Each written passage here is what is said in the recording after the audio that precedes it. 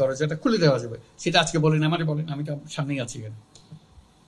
এই লবণ শিল্পের দরজা খুলতে হলে কি চাবিটা ঘুরাতে হবে আমারে বলেন সরকারের পক্ষ থেকে।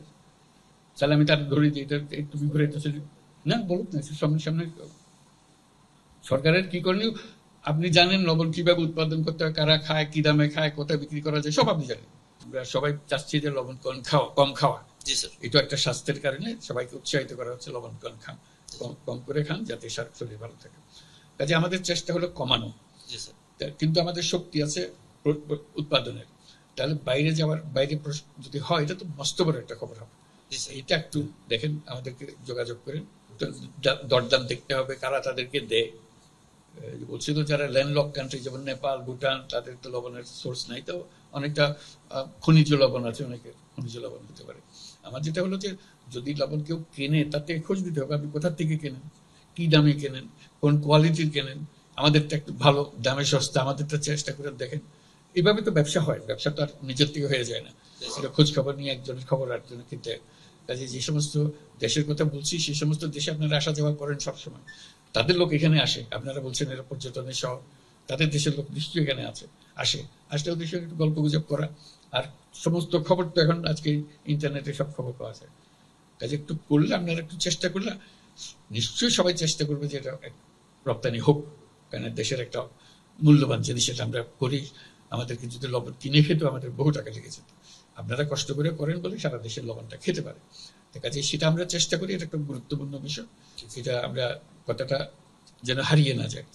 যদি সম্ভাবনা থাকে আমাদের এটা গ্রহণ করতে হবে। আমার একটু খোঁজ খবর দিয়েছে লবণের ব্যাপারে, উইন্ড এনার্জির কথা বলা হয়েছিল, এটার কি কোনো সম্ভাবনা আছে মনে হয়? স্যার আমাদের এখানে উইন্ড এনার্জি আছে স্যার, একটা প্রকল্প, 32টা উইন্ডমিল আছে স্যার এখানে স্যার। 50 মেগাওয়াট এখন স্যার ন্যাশনাল গ্রিডে কন্ট্রিবিউট হচ্ছে। এটা হলো ট্রায়াল বেসিসে, বড় আকারে করার কোনো সুযোগ আছে মনে হয় এখানে? বাংলাদেশের এর উত্তরে আর কোনো এরকম বায়ু প্রবাহ নাই, ব্যাগ নাই, যেটার কারণে আমরা এই বায়ু শক্তি পেতে পারি। কক্সবাজারে এটা সম্ভাবনা আছে, কক্সবাজার এবং এর থেকে দক্ষিণে আরো বেশি সম্ভাবনা। এটা যদি কারো কোনো অভিজ্ঞতা থাকে, যেহেতু তুমি জলবায়ু নিয়ে কাজ করো, একটু খোঁজ নাও, তাহলে এটার প্রতি আমাদের আকর্ষণ থাকবে। কি ধরনের নতুন প্রযুক্তি আছে সেটা ব্যবহার করা, কিভাবে করতে হয়। আর যেহেতু তুমি তরুণদের মধ্যে এইসব কাজ করছো, আর এই তারুণ্যের উৎসবটা চালু রাখাটা বন্ধ না করা, যাতে আরো নানা রকমের খেলাধুলা, আরো নানা রকমের প্রতিযোগিতা ইত্যাদি হতে পারে। গল্প শিক্ষা প্রতিযোগিতা, খেলাধুলার প্রতিযোগিতা ছাড়াও গল্প লেখার প্রতিযোগিতা, গল্প বলার প্রতিযোগিতা, তারুণ্য যা যা পছন্দ করে, ডিজাইন প্রতিযোগিতা, ক্রিয়েটিভ আর্টস প্রতিযোগিতা ইত্যাদি, এগুলো করার জন্য তো তোমরা মনে করলে আমরা সেটা চালু রাখবো, যাতে করে বাকি বছরের বাকি মাসগুলো যেগুলো আছে তার জন্য আমরা একটা প্রকল্প নিয়ে আসতে পারি। এই ব্যাপারে পরামর্শ থাকলে আমাদেরকে বলো, আমরা সেগুলো গ্রহণ করে সবাইকে জানিয়ে দেবো। এইভাবে করতে পারে, প্রত্যেক জেলা নিজস্ব পদ্ধতিতে করবে, যাতে করে সবাই অংশগ্রহণের সুযোগ পায়, কেউ যেন বাদ করে না যায়, যে একজন এটা করে না বলে সে বাদ করে, কিন্তু সে আরেকটা কাজ করে, সেটাকে নিয়ে আমরা প্রতিযোগিতার মধ্যে যেতে পারি। এটা উৎসাহ দেওয়া, যে একজনের কৃতিত্ব দেখালে সবাই মিলে আমরা হাততালি দিই, উৎসাহ দেখাই, খুশি হই, এটা তার ভালো লাগে। তো সেই কাজটা যেন আমরা করতে পারি। শুধু দৃষ্টি আকর্ষণ করার জন্য, যে একটা অনেকগুলোর মধ্যে একটা, যে হাসপাতালের কথা বললেন, যে হাসপাতালটা সব জায়গাতে হাসপাতাল দরকার, এতে কোনো সন্দেহ নেই। আমার পরামর্শ, আমি নিজে করেছি, আপনাদেরও পরামর্শ দিই, সরকারের জন্য অপেক্ষা না করা। সরকারের হাসপাতাল মানে আরেকটা বিপদের বোঝা আপনারা ঘাড়ে চাপবেন। এই ডাক্তার থাকবে না, ওষুধ থাকবে না, ওই থাকবে না, এর মধ্যে কেন যাবে? কক্সবাজারে কি লোকের অভাব আছে, টাকার অভাব আছে? আমাদের বলেন। দুই চারজন লোক একাই বলতে পারে আমি করো। এটা দান সব সূত্রে দেওয়ার জন্য না, যে বিনা পয়সা চিকিৎসার জন্য দেওয়া না। যে যা খরচ করছে খরচটা আদায় করেন, হলে জিনিসটা চলবে। আপনার টাকা আপনার কাছে ফেরত চলে আসবে, যেহেতু আপনি যে বিনিয়োগটা করেছেন, বিনিয়োগের টাকা আস্তে আস্তে ফেরত চলে আসবে। এটা হাসপাতাল চলতে থাকবে, যেহেতু মানুষ পয়সা দিয়ে করে, চিকিৎসাটা পায়। সরকারি চিকিৎসার সমস্যা হচ্ছে আপনি যেটা চাচ্ছেন সেটা পাচ্ছেন না, ডাক্তার নেই। আমাদের কাছে বহু হাসপাতাল করে আছে, কোন ডাক্তার নেই। তো এই খামোখা এত টাকা খরচ করে এরকম একটা যে দালান কোঠা বানাইয়া যন্ত্রপাতি বসে, এই কষ্টের মধ্যে যাওয়ার দরকার থেকে আমাদের সরকারের উপর এটা একদম ভরসা না করে, এটা এটার থেকে ভরসা নিজের উপরে কাজ করলে কিন্তু অনেক দূরে গিয়েছে। আপনারা যদি আজকে এই মিটিংয়ে একজনে বলে যে আমি করব, আপনারা সবাই আমাদের সমর্থন দেন, আমি করব, দেখবো যে হয়ে যাবে। এটা জায়গার কোনো অভাব নাই কাজে।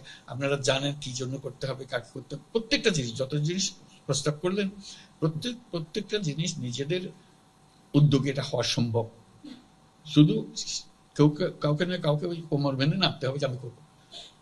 কক্সবাজারের লোকের একটা বৈশিষ্ট্য হলো তারা মাথার ভিতরে একটা ঢুকলে এটা আর বের করা যায় না। কথা ঠিক নয়? কথা মাথার ভিতরে ঢুকে ফেললাম না না পারিয়ে যাও, একবার ঢুকি গেল কিন্তু কই যাবে। ওনারা কই দন্ত সরকার এখনো কাম লাগতো না, আর ব্যাকিং করে ফেলেন। এই লবণের কথা হয় ইনারা বুঝছো ব্যবসার কথা, সরকারের কি আছে, গভর্নর কি আছে, আর একটা বুদ্ধি কম সরকারের তো, আর বেশি বুঝি সরকার। সরকার তো কোনোদিন লবণ এক সিপটা লবণ কোনোদিন পয়দা নেওয়া করে, আর তো বুঝছি আর জানি লবণের কি জিনিস কথার কথা বললাম। ব্যাকিং মানুষ ভালো বোঝে, যেহেতু নিযুক্ত গঠন করে সরকার, তো গঠন না করে হুকুম দেখালে দেখা যায় এই তারা কথা বুঝেন বড় মুশকিল। নিজের করি ফুলে দুই চারজন আত্মরে গেলে বহুত কাম করে ফেলেন যায়। এই চেষ্টা করেন দিল্লির কক্সবাজার এনে আজকে পর্যটন কেন্দ্র হইতাম চাইলে না, বললাম যে না, পর্যটনের কথা বারবার করার দরকার নেই। এবার আর বিরাট অর্থনৈতিক শক্তি কক্সবাজার, এই পুরা জিনিসের মেয়েরা খেয়াল করে।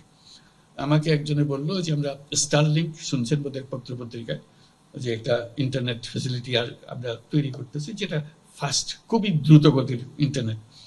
এই দ্রুত গতির ইন্টারনেট এই কয়েক মাসের মধ্যে এসে যাবে। এসে যদি যায় কি ব্যবহার হবে, এইটার ব্যবহারের জন্য তরুণরা একেবারে এক পায়ে খাড়া, তাদের নিজস্ব জগৎ তারা তৈরি করে ফেলতে পারবে, যেহেতু এখন সারা দুনিয়ার সঙ্গে তাদের ইন্টারাকশন শুরু হয়ে যাবে। এর ফলে অনেক ব্যবসা বাণিজ্য সৃষ্টি হবে। আমাকে একজন জিজ্ঞেস করলো যে এত ব্যবসা বাণিজ্যের কতগুলো বড় বড় ব্যবসা সৃষ্টি হবে প্রযুক্তি ভিত্তিক, কোথায় নিয়ে যাবেন, কোন জায়গাতে এটা ফোকাস একত্রিত রাখবেন। তো আমি বলতেছিলাম এটা তো বাংলাদেশের কোনো জায়গায় যে কোনো হতে পারে। একজন বলছে কক্সবাজারে করবো, ভালো কথা।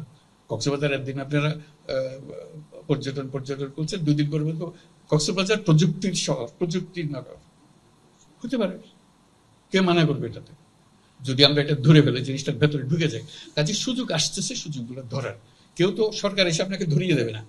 সরকার যেগুলো করছে ধরে নিতে হবে, আমরা ধরে নিতে হবে, এটা আমাদের, এটা আমরা করবো। আপনাদের আর চিন্তা করার কিছু নেই, আমাদের রাস্তা পাত লাগিয়ে দিয়েছেন, আমরা এর পথে চলতে আরম্ভ করবো। এই জিনিসটা করা, উৎসাহ পেলে বহু কাজ আপনারা করেছেন তা না। এখন আমরা বড় কাজের মধ্যে যাব। এটা পুরো জায়গার পুরো দেশ তো আমরা করতে পারবো না। আমরা আমাদের এলাকাকে, কক্সবাজারটা খুবই সম্মানিত একটা নাম সারা দুনিয়ার মধ্যে, তো সেটা সেই সম্মানের সঙ্গে সঙ্গতি করে আমরা দেশের যারা নাগরিক আছে তারা এটা করতে পারি না, যারা এই এলাকার নাগরিক আছে তারা করতে পারে, সামর্থ্য আছে। সেই জিনিসটার দিকে মনোযোগ আকর্ষণ করছি। সবাই যা বলছেন তার উপরে এই কথাটা একটু মনে রাখেন। যদি কেউ এরকম উদ্যোগ নেন, আমাদের কোনো সাহায্য সহায়তা লাগে, আমাকে ব্যক্তিগতভাবে লেখেন, সরকার হিসেবে না। আমিও তো এই এলাকার মানুষ, কাজে ব্যক্তি হিসেবে লেখেন, বলে যে আমি করতে চাই, আমার কি করতে হবে আমাদের বলেন, আমি কোমর বাঁধলাম। আপনি কথা একটা বলে গেছেন, আমার মাথায় লাগছে, আমি এই কাজটা করতে চাই, হয়ে গেল। আমি আমার সাধ্য মতো আমি যা যা ব্যক্তি হিসেবে আপনাকে বুদ্ধি দিতে পারি, সলাহ দিতে পারি, এটা হতে পারে। কাজে ওইভাবে চিন্তাটা করেন। সরকারের কাছে ফর্দ দিতে হয়রান হয়ে যাবেন, এটা কোনো কোথায় যে হারিয়ে যাবে এসব ফর্দ কোনো ঠিকানা নেই। নিজের কাজ নিজে করে ফেলতে পারে, এটা অনেক অনেক ভালো। এই শক্ত সামর্থ্য কক্সবাজারে আছে, সেই জন্য বললাম বাংলাদেশের বেশি শহরের এই শক্ত সামর্থ্য নাই, কক্সবাজারে আছে। এটা আপনারা একটু খেয়াল করেন। কি যেখানে দরজাটা খুলে দেওয়া যাবে সেটা আজকে বলেন, আমারে বলেন, আমি তো সামনেই আছি এখানে। এই লবণ শিল্পের দরজা খুলতে হলে কি চাবিটা ঘুরাইতে হবে আমারে বলেন সরকারের পক্ষ থেকে, তাহলে আমি তার ধরে দিই তুমি ঘুরাইতেছে না, বলুন না সামনে সামনে। সরকারের কি করণীয় আপনি জানেন, লবণ কিভাবে উৎপাদন করতে হয়, কারা খায়, কি দামে খায়, কোথায় বিক্রি করা যায়, সব আপনি জানেন। সরকার আপনাকে কি করে দিতে হবে, আপনি বলতে আমার কি করতে হবে, ব্যাংকের লোন নিয়ে দিতে হবে। সরকার তো ব্যাংকের লোন নিয়ে দেয় না, এটা ব্যবসা। তো আপনি যাবেন ব্যাংকের সঙ্গে দেন দরবার করবেন, ব্যাংক আপনাকে দেবে তার ব্যবসার জন্য। ব্যবসায় কাজ করবে। কোনো জায়গাগুলিতে বন্দর বানান যায়, বন্দর হলে জায়গা চিগুগুলি লিখে ইন্ডিয়ান ওইলি কক্সবাজার আরো দক্ষিণাত্তর শুরু করি, পুরা জায়গা সারা বাংলাদেশের পক্ষতুন পুরা জায়গা এই এলাকার জায়গা সম্পূর্ণ পরিবর্তন হয়েছে। ইয়ানলে বহু রকমের চিন্তা ভাবনা করে, আরো তারা বুঝিস যাতে তাড়াতাড়ি হাসপাতাল শুরু করে যায় বহুত বছর ধরে ঘুরে সরকারের হাতত একবার ফেললে সহজে বাই নয় এই ফেসর ফক্টরের ভিতরে করে যাবে বেয়া গুণের এবার ফেস খুঁজতে আছে কিন্তু বাইরে অন্য যায় তুমি বাইর করি এর এখন ডলে কেনে খামান শুরু করে দন যায় বুঝলে তৈলে ব্যাগ গুলো লাগে লাভ দেশের লাগে লাভ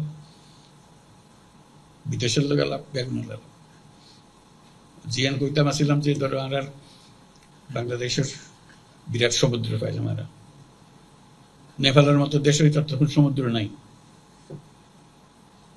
ইয়ান তার কোয়াল ভাঙা সমুদ্র নতাই দিয়ে এটা দুনিয়ার লয় যোগাযোগ না থাকে ট্রেন করি আর কত মালা নিয়ে যাবে সমুদ্র হইলে আসল জায়গা দুনিয়ার লয় ব্যবসা করেন বললে সমুদ্র লাগে ভুটান লয় জায়গা নেই সমুদ্র নাই আর ভারতের যে সেভেন সিস্টার যে রাজ্যগুলি আছে ইটারেরও নাই তারা বলে আড়াতে আছে তোমার আর সমুদ্র ব্যবহার করো আর ব্যবসা করো তোমারও জীবন পাল্টে যাক আর জীবন পাল্টে যাক এটারও রাজধানী ছাড়া হইতো নাই ছাড়া সে কারণে কক্সবাজারের ভূমিকা বিরাট ভূমিকা